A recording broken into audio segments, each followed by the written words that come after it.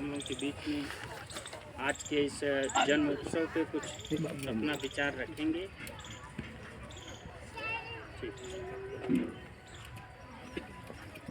आज भक्त रविदास जी की जन्म उत्सव के लिए हम लोग एकत्रित हुए हैं। रविदास बाबा ने हमारे समाज में एक सम्मान गौरवान्वित करने का काम किए, तो हमारे पूर्वजों में ब्राह्मणवादी व्यवस्था जो रही, इनसे हमेशा नफरत की आग से झेलता रहा। और उसमें से उस समय में हमारे संत रविदास जी ने एक अपना जज्बा दिखाया और सत्य निष्ठा, और उन्होंने ही कहा है कि मन चंगा तो कठौती में गंगा। हमेशा मन को साफ रखना ही हमारे लिए सर्वोपरि है। ब्राह्मणों ने अनेक प्रकार की समस्या उनके सामने रखा, हर सामना का बाबा ने सामना किया और पूरे निश्चय दृढ़ संकल्प के साथ उन लोगों की मानसिकता को परास्त करने का काम किया। इनके अंदर सच्चाई ईमानदारी में इतनी बड़ी ताकत थी कि ब्राह्मणों के ढोंग पाखंड को इन्होंने पाखंडी साबित करके दिखा दिया।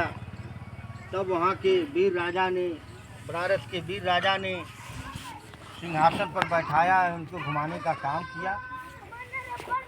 तो समाज में हमको हर वक्त जो है ईमानदारी और त्याग, धैर्य बनाना होगा, तभी हम सफल हो सकते हैं। किसी चीज़ को लेकर हम प्रलोभ कर लें कि जल्दी से जल्दी हमारे पास धन दौलत आ जाए, तो इस तरह नहीं आने वाला है। अगर आएगा तो पहले के बुजुर्गों ने कह दिया है कि 10 बरिस चलन 40 बरिस, तो हकीकत कहाँ है।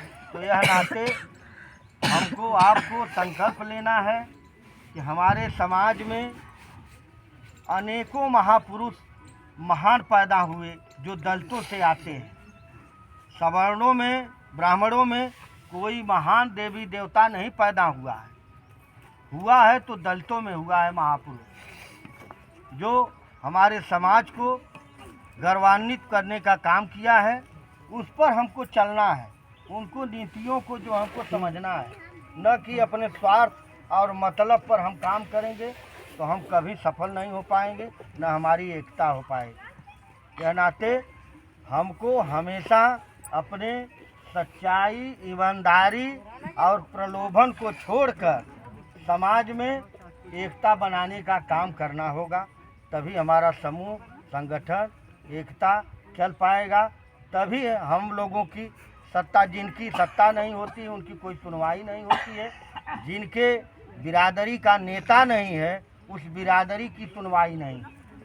यह नाते अपने बिरादरी में, अपने समाज में एक स्थान बनाने के लिए, एक को आगे करने के लिए सभी लोग चाहेंगे कि हम ही आगे रहें, तो ये नहीं हो पाएगा। किसी न किसी को एक को आगे निकालना पड़ेगा और उसके पीछे रहना पड़ेगा, उसी से हमारा सम्मान बढ़ सकता है। बाबा साहब ने, हमारे परम पूज्य बोधिसत्व भारत रत्न बाबा साहब डॉक्टर भीमराव अंबेडकर जी को चरणों को श्रद्धा सुमन अर्पित करते हुए, बाबा साहब को जब संविधान लिखने का अवसर मिला, उन्होंने 2 साल 11 महीना 18 दिन संविधान बनाने में लगाया समय। उसके बाद लिखने का काम किए। वल्लभ पटेल जो थे, वल्लभ पटेल, सरदार वल्लभ भाई पटेल, उन्होंने जो है संविधान में जब आरक्षण लिखने की बात आई तो उन्होंने विरोध किया, कहा कि बाबा साहब ऐसा है कि इस तरह अगर दूसरे जातियों का, इस जातियों को आरक्षण देंगे तो आपके संविधान लिखने का विरोध होगा। उन्होंने तब कहा, बाबा साहब ने कहा कि विरोध तो मैं पैदाइश से झेल रहा हूँ, मेरा कौन सुनने वाला है, कौन सुना। मुझको न शिक्षा दिया गया, न रहने दिया गया, न अच्छी से खान पीने दिया गया, तो मैं तो पैदाइश से ही झेल रहा हूँ इस चीज़ को, तो मेरा दुख कौन सुना, ये बताइए। तो उन्होंने कहा कि देखिए ये तो सही है, लेकिन आप इस तरह लिखेंगे तो बड़ी दिक्कत हो। बाबा साहब ने कहा संविधान मैं नहीं लिखूंगा, ले जाकर आप लिखवा लो किसी से। तब उन्होंने कहा कि ठीक है लिखिए। बाबा साहब को अधिकार मिलने के बाद उन्होंने पूरे समाज को न्याय देने का काम किया। आज हमको एक भाई को अधिकार मिल जा रहा है कि ये आपकी ज़मीन है, ये बाप की ज़मीन है। वो कहेगा कि ये मेरे नाम की ज़मीन है, इस पर मेरा अधिकार है, भाई का अधिकार नहीं है। लेकिन बाबा साहब ने अगर चाहा होता तो जो पंडित आज उच्च श्रेणी पर है उनको दलित में कटघड़ी में खड़ा कर देते, उनको लिखने का अधिकार मिला था।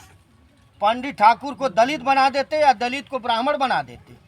लेकिन उन्होंने न्याय का काम किया, सर्व समाज का काम किया।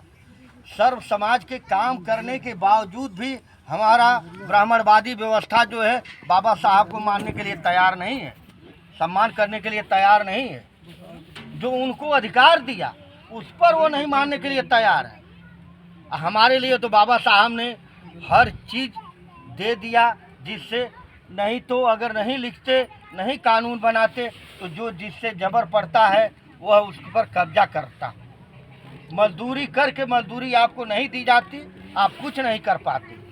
यह नाते 100 अकाज करके बाबा साहब के विचारों को चलना होगा, तभी हमारी जो है हमारे समाज के, हमारे परिवार का, हमारे संस्कार का शिष्टाचार मिलेगा। अन्यथा हम पशुओं कीड़ों मकोड़ों की ज़िंदगी जीकर रह जाएंगे, हम कुछ कर नहीं पाएंगे, समाज में हमारा स्थान नहीं बन पाएगा।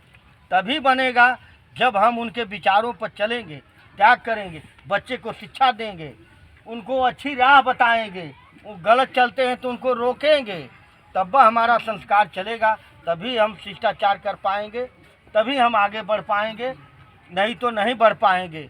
अगर हम लालच कर लिए कि हम जल्दी से जल्दी बढ़े, जल्दी से जल्दी हम करोड़पति बने, तो किसी की चोरी करें, किसी की डकैती करें, किसी की बेईमानी करें, इससे हमारा समाज आगे नहीं बढ़ेगा, न हमारा परिवार बढ़ेगा।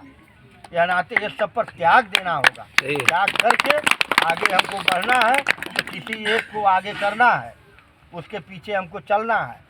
उसके बाद नहीं तो ये सोचे वो भी बड़े हैं, हम बड़ा, हम काहे उससे कम हैं। ये सोच जब रखेंगे तो न परिवार का अनुशासन चल पाएगा, न परिवार का कोई संचालन करेगा अच्छा से, हमारा परिवार विघटन हो जाएगा।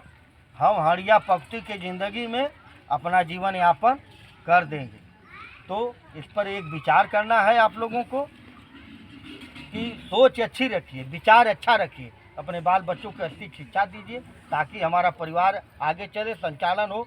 हम परिवार का अनुशासन बनाएं, कोई हो, चाहे लड़की हो चाहे लड़का हो, हम अपने परिवार में जब तक अनुशासन और दबाव नहीं महसूस करेंगे, उस परिवार का संचालन कतई नहीं सही हो सकता है। सही है, कतई नहीं हो सकता है। यह नाते परिवार को अनुशासन करना है, सबका सम्मान करना है, छोट बड़े का लिहाज करना है, तभी हम जो है अपना शिष्टाचार बना पाएंगे, आगे चल पाएंगे, अपनी सृष्टि को मजबूत कर पाएंगे।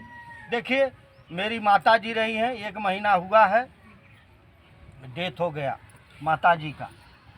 हमने